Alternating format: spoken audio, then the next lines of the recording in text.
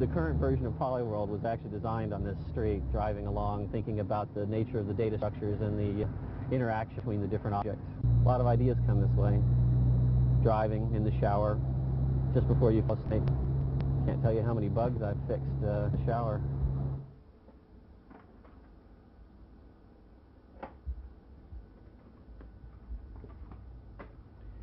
How does intelligence originate?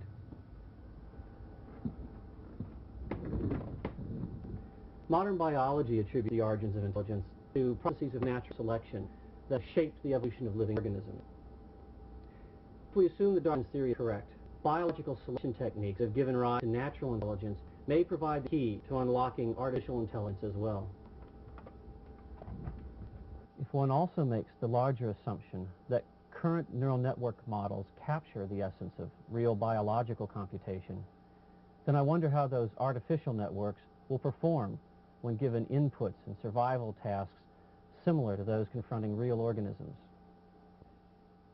How will the evolved networks that emerge from a simulation employing the same fundamental components devised by nature compare to naturally evolved biological networks?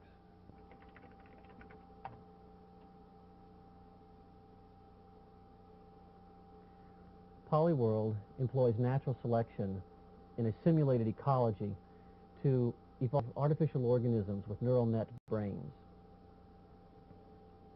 This ecology is hopefully just complex enough to foster speciation and competition, which will support evolutionary optimization. A bird's eye view of Polyworld surveys the plain where polycritters live. The terrain is dotted with green bits of food and interrupted by brown barriers that critters cannot cross.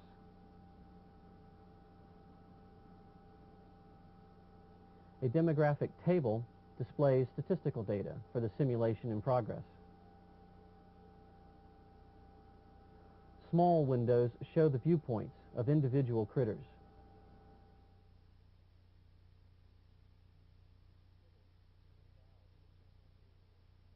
Each critter is endowed with a simple visual sense mechanism through which it perceives and learns about its environment.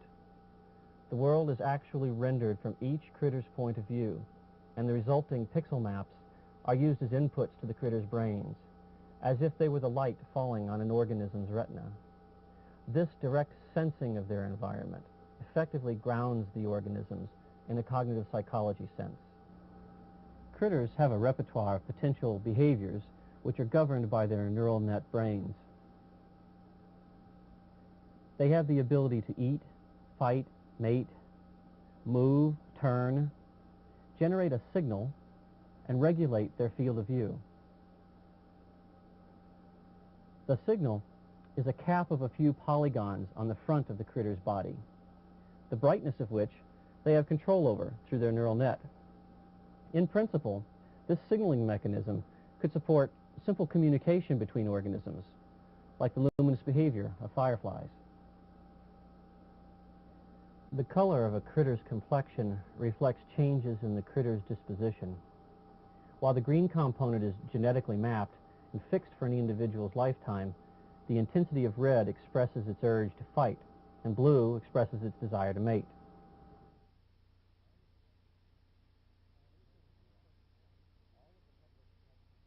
Internal neurons and all of the network connections have no pre-specified behavioral functions. Connection strengths and their role in determining behavior arise solely through the process of natural selection, plus whatever learning occurs during the life of the individual. Currently, all neurons in a critter's brain are interconnected, and each synapse is capable of Hebbian learning. Simulation runs to date have involved as many as 300 organisms with 100 neurons per brain. This brain map records the dynamic state of neurons and synaptic connections. The grand dream of everyone working in artificial intelligence, everyone working in artificial life, is ultimately human level or beyond intelligence in the computer. It's just that we're so very far from achieving such a thing. All of an organism's virtual physical attributes and brain functions are determined from an underlying set of genes. Because the ID gene is mapped onto the organism's green color, a marking visible to other organisms, there is a possibility for mimicry to emerge. The placement of Hebbian learning rate within the gene structure permits evolution to favor either hardwired instinct or learning. When these genes are expressed as critters, and the critters are thrown into a survival of the fittest ecology, they must learn to adapt to the virtual biology and physics of Polyworld.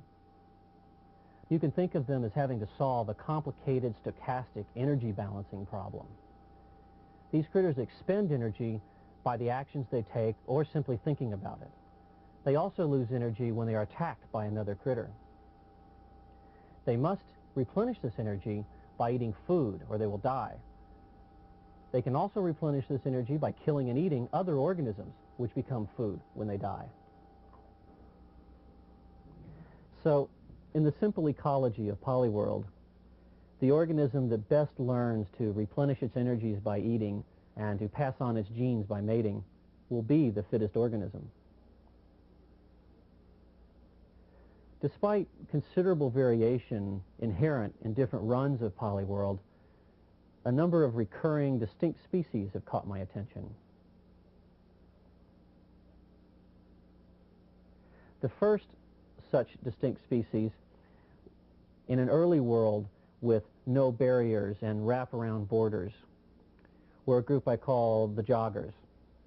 They simply run straight ahead, pretty much wanting to eat and mate all of the time. The world was sufficiently benign that this turned out to be an adequate strategy. They would run into each other or bits of food often enough to survive there. The second recurring distinct species that I noticed were the guys I termed the indolent cannibals. This group never strayed very far during their entire lifetime. They would remain quite close to both their parents and their offspring, and they would mate with each other, fight with each other, and eat each other when they died. The third recurring species I've seen are the group I call the edge runners.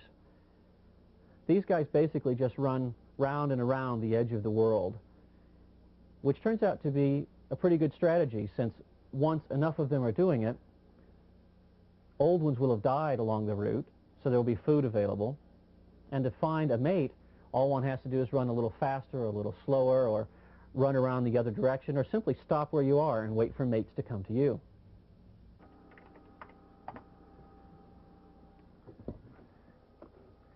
What the future holds in store for the denizens of Polyworld is still uncertain. For me, I'm currently analyzing the dynamics of the neural network and will soon be implementing evolvable architectures.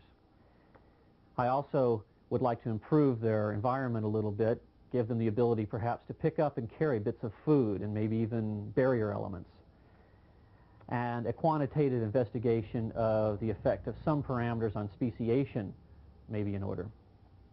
In a more fanciful, forward-looking vein, perhaps we can even take successful critters, move them into a new environment, and perform some classical conditioning experiments. If you believe, like I do, that intelligence is not a unique quantum leap that occurred in human beings alone, but is a near continuum from the simplest organisms up to the most complex, then the proper first place to begin this investigation of artificial intelligence is with simple organisms, simple networks like those in Polyworld.